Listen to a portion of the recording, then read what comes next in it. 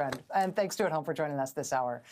At the end of last night's show, you might remember we were counting down to a midnight deadline that had been given to the Trump administration by a federal judge. A judge had ordered the Trump administration to restart funding on foreign aid. Now, this is a judge who had previously ordered the Trump administration to restart that funding, and they had not.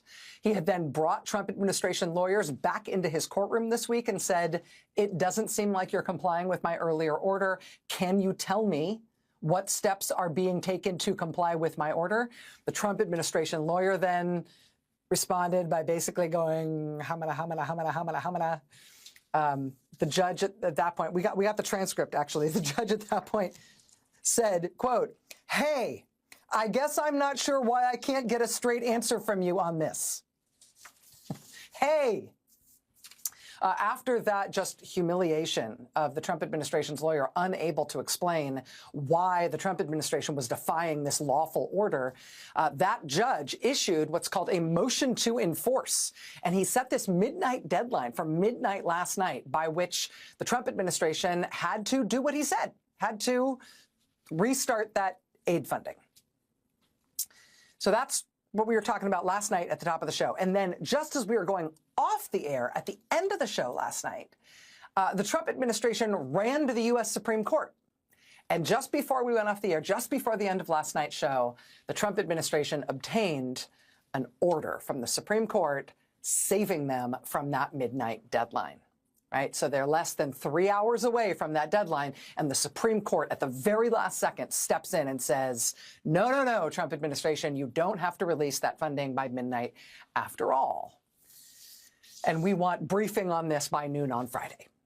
So we'll see what happens by noon on Friday, by tomorrow noon at the U.S. Supreme Court.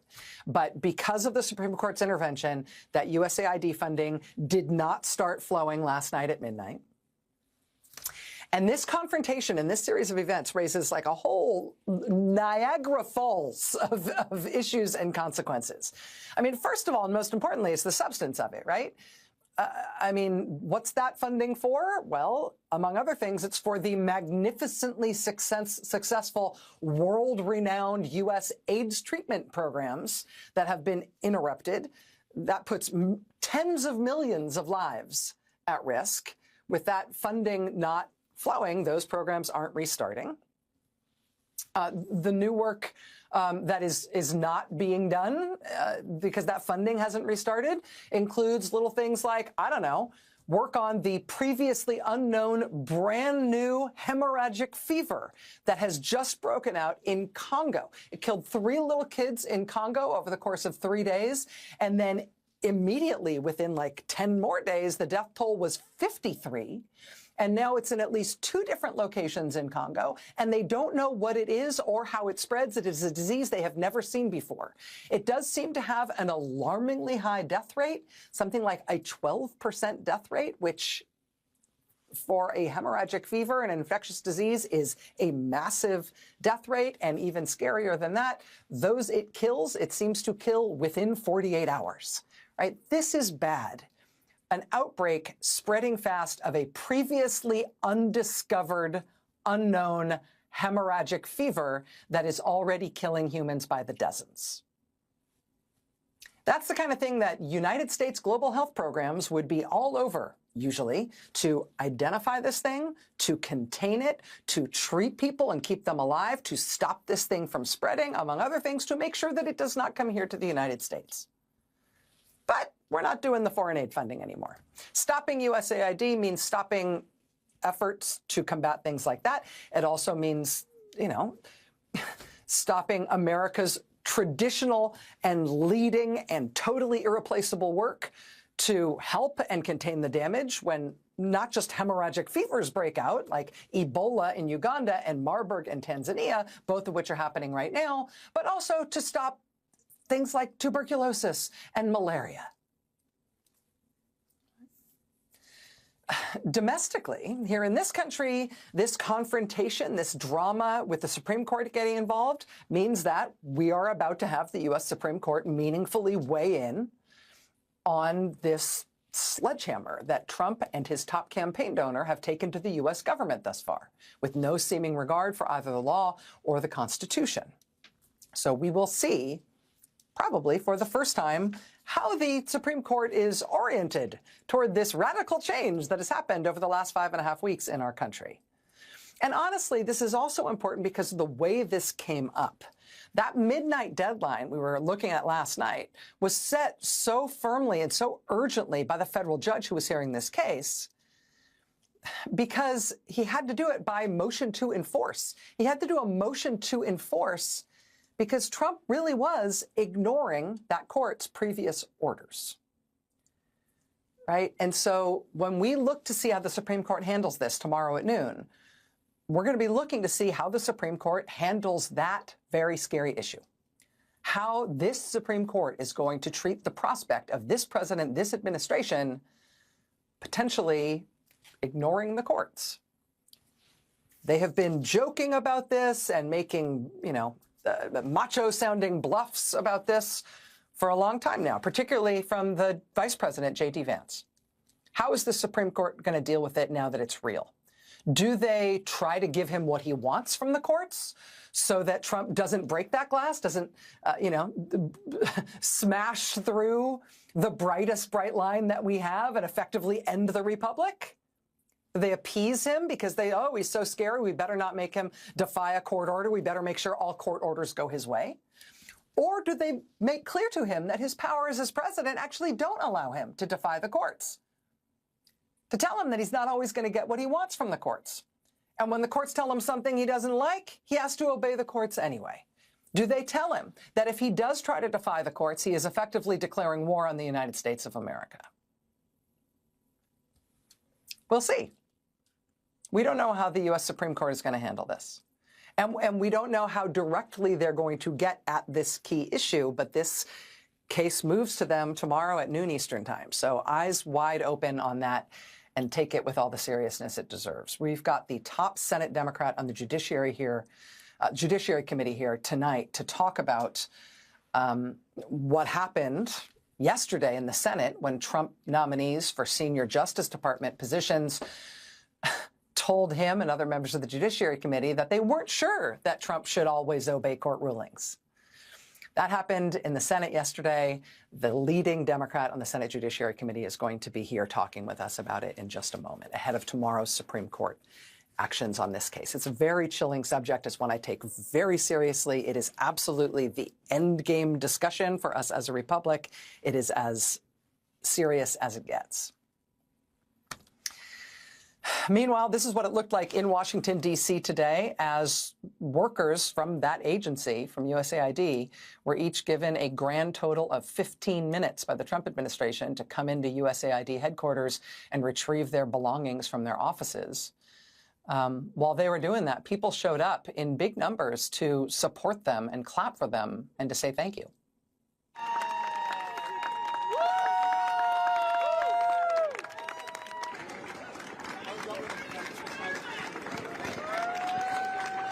Oh, there's so many emotions. I already cried this morning when I arrived. Someone said, thanks for being here, and I just burst into tears.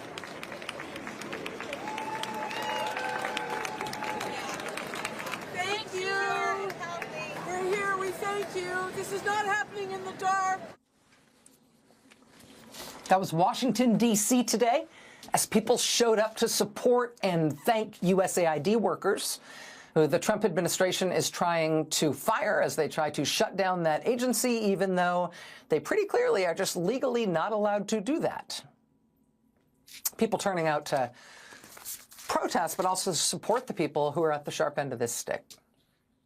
One of the tools the Trump administration has been using to try to destroy USAID and to disassemble so many other agencies is wholesale firing, en masse firing, everybody who's considered a probationary employee.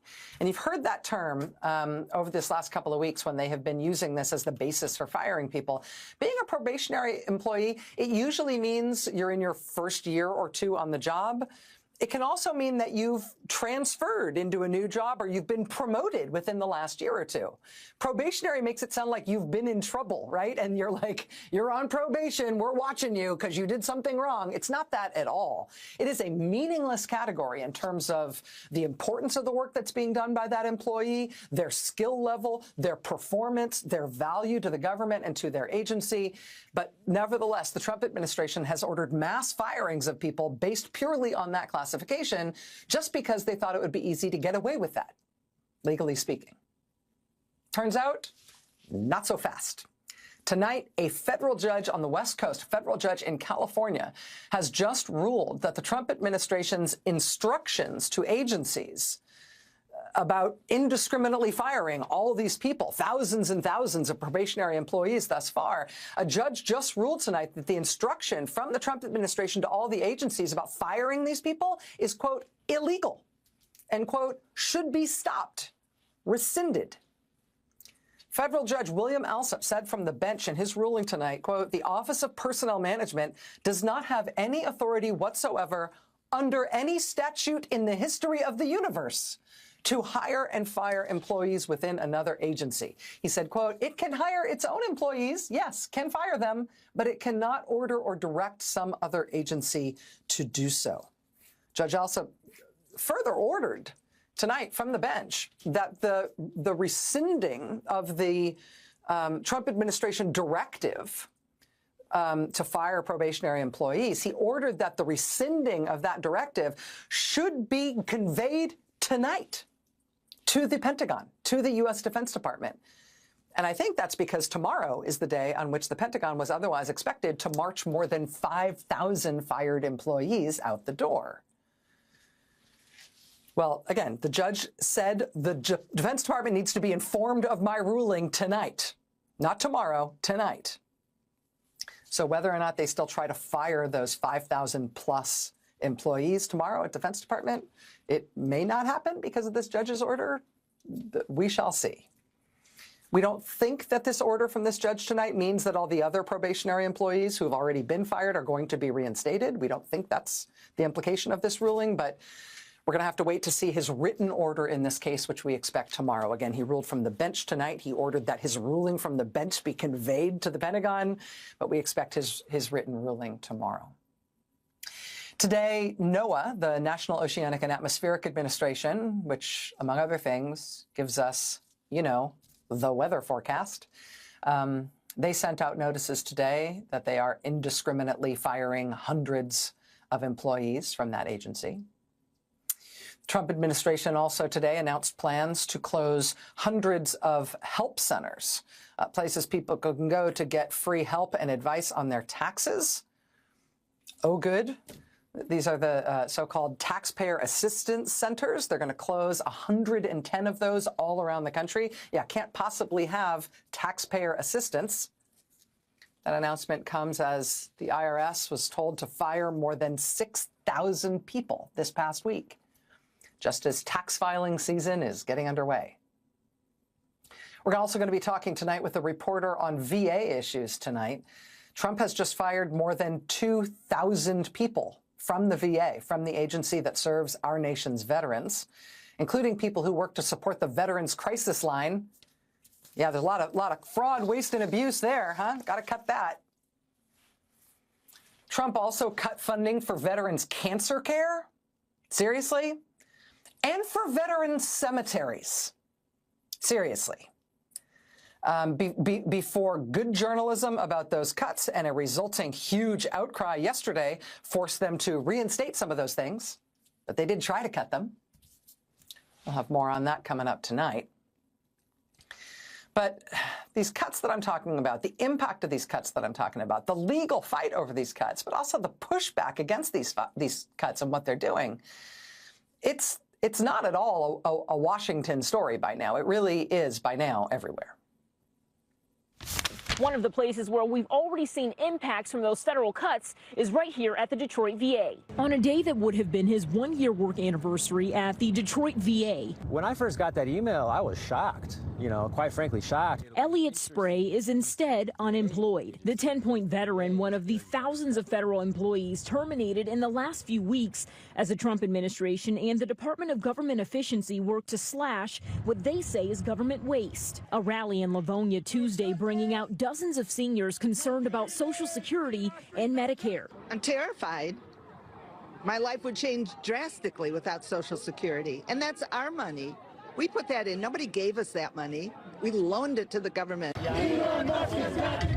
Everything that is happening right now is impacting so many people. Delia Sharp in the crowd after losing her job on Friday when the Department of Education grant she was hired under was terminated.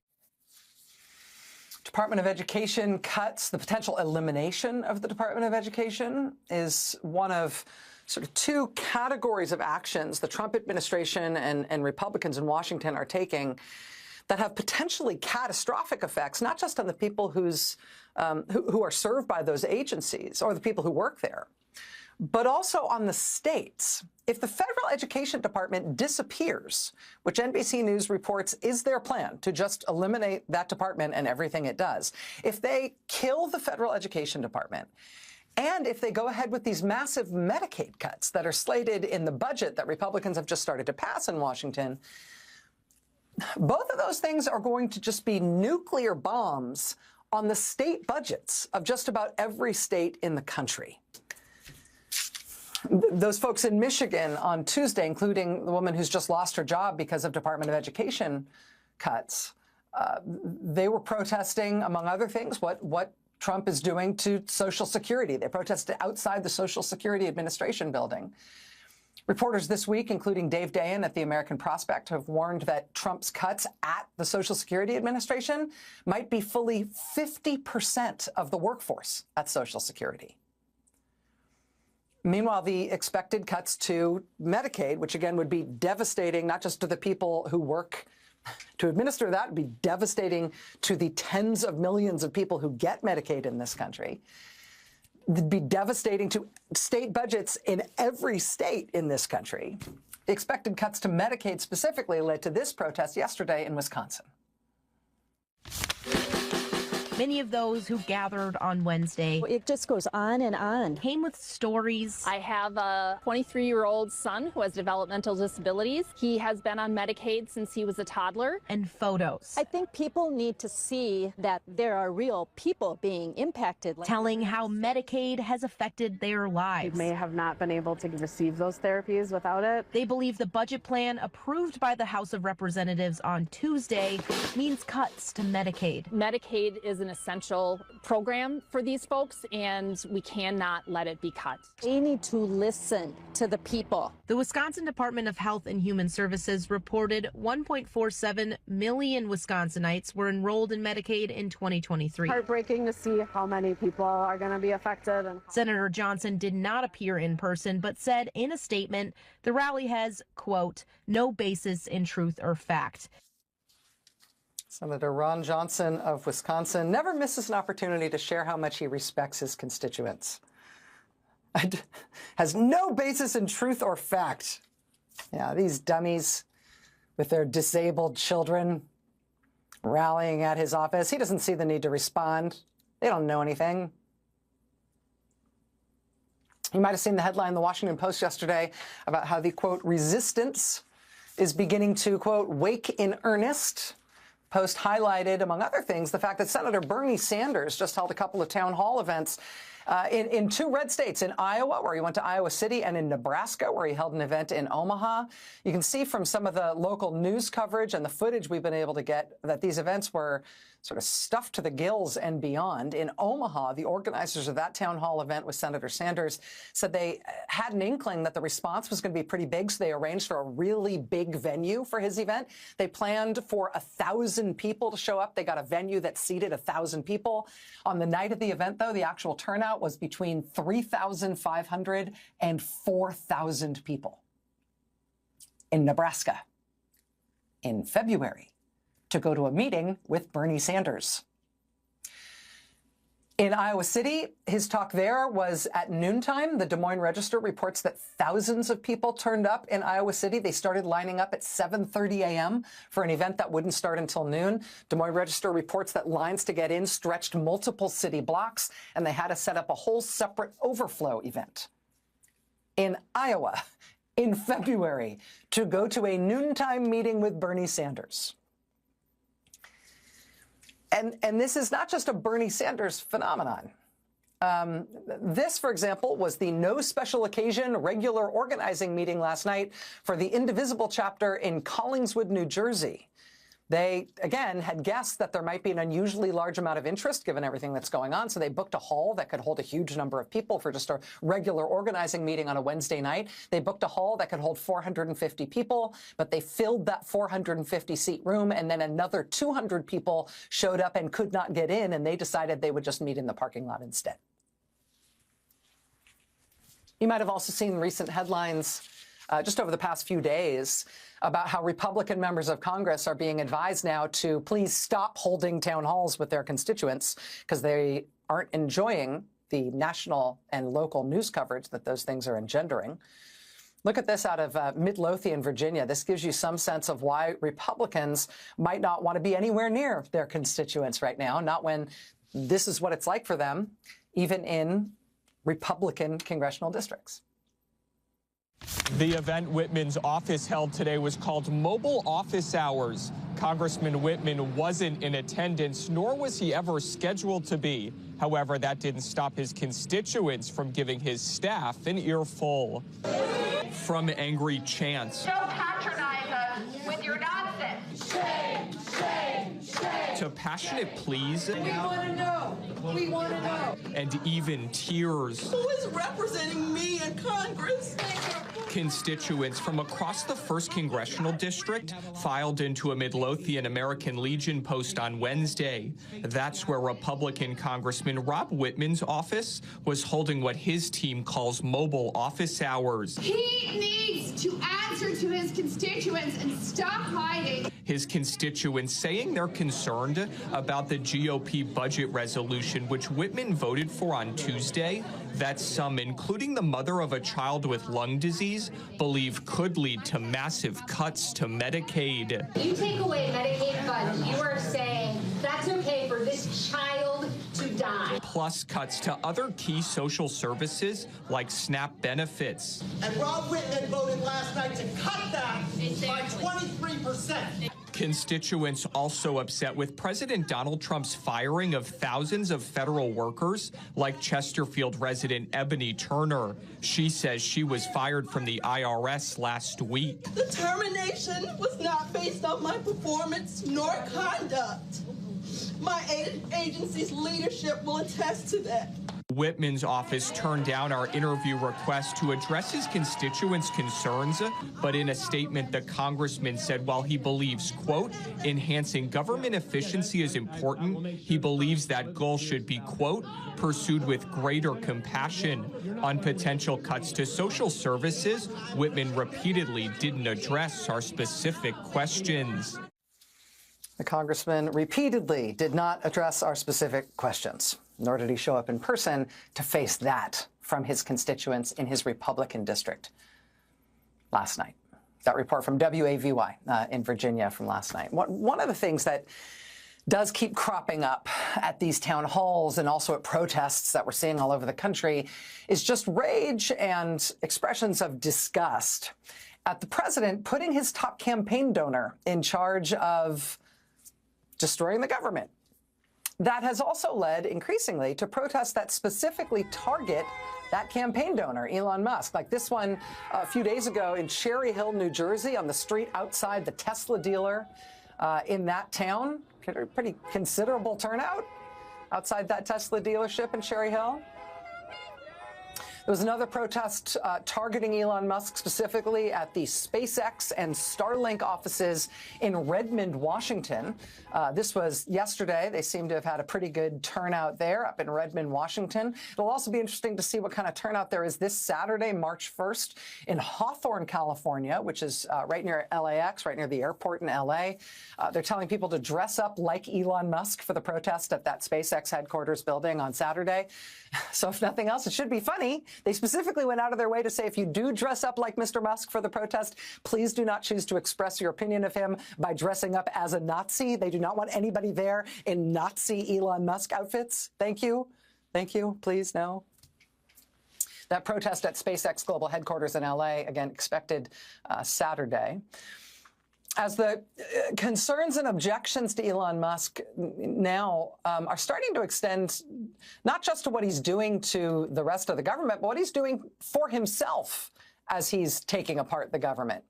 The Washington Post is now following on reporting that, initiated with Bloomberg News and other outlets, that Musk has now apparently just somehow engineered the overriding of an existing FAA contract with Verizon to instead install his own company in its place, to instead install Starlink at the FAA. They're just doing that. Is that legal? Aren't there rules for, like, contracts and conflicts of interest and stuff?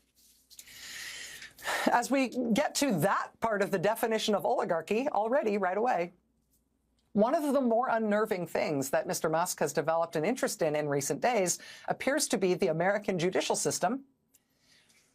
Now, on top of everything else he is doing in his capacity as the president's top donor, Musk has also started railing publicly that American judges and the judiciary are the real problem in this country, and that therefore we need to start, in his words, firing judges, because courts should not be allowed to stop him and to stop Donald Trump from doing whatever they want. Naturally, Republican members of Congress are obliging. They've started filing impeachment proceedings against multiple federal judges who've had the temerity to rule against Trump. And this seems, sort of at the same time, to be just the natural evolution of where these guys have always been heading. But it also seems to be the single brightest bright line we have as a country when it comes to figuring out whether the authoritarian takeover they are attempting will be stopped or whether it will go all the way. Americans from sea to shining sea are turning out in huge and increasing numbers to say they are not down with this. They do not want any of this. And amid this fight and amid this drama and amid the American people being so palpably mad about what they are doing, the single most important line that just cannot be crossed ever is to have a president defying the law and defying the courts, because that is the end. And on that, Senator Dick Durbin joins us next. Stay with us. During a confirmation hearing yesterday, something happened that I don't think has ever happened before. Multiple nominees for senior Justice Department jobs said during their confirmation hearings out loud that they're not sure that presidents have to obey rulings from the courts. Not always. There is no hard and fast rule about whether in every instance a public official is bound by a court decision. Generally, if there's a direct court order that binds a federal or state official, they should follow it. Why do you say generally? Give me an exception. I suppose one could imagine hypotheticals in, extreme cases. The president has now asserted that he has the right basically to do what he thinks is necessary to save the country. And I'm asking whether that includes violating a Supreme Court order. I've represented President Trump for 2 years. I've never been put in any situation like that, and I don't anticipate being so. I just got to say, Mr. Chairman, that's a little bit frustrating. That's a little bit frustrating. You may recognize one of those nominees, the guy with the raspy voice. He's named John Sauer. He is the lawyer who told a federal appeals court that Donald Trump would be within his rights to order a team of Navy SEALs to assassinate his political opponents. That Donald Trump could not be prosecuted for giving such an order. Mr. Sauer is now up for the job of Solicitor General, which is the person who represents the United States government before the Supreme Court. The unnerving refusal by him and other Trump Justice Department nominees yesterday to say that the president must always obey the federal courts That prompted a stern and somewhat unexpected admonition from one Republican senator, from John Kennedy of Louisiana. You're all adults. You're all officers of the court. So I'm going to give you some advice. I may be wrong, but I doubt it. Don't ever take the position that you're not going to follow the order of a federal court. Ever. Now, you can disagree with it. Within the bounds of legal ethics, you can criticize it. You can appeal it. Or you can resign. Joining us now is Illinois Senator Dick Durbin. He is the second highest ranking Democrat in the Senate. He's the ranking member on the Senate Judiciary Committee. Senator Durbin, it's a rare pleasure to be able to have you here on the show tonight. Thank you so much for making time. Thanks, Rachel. Good to be with you. I know that you have had a strong reaction to those nominees playing with the idea that Donald Trump doesn't have to obey court orders. In an interview today, you called it breathtaking.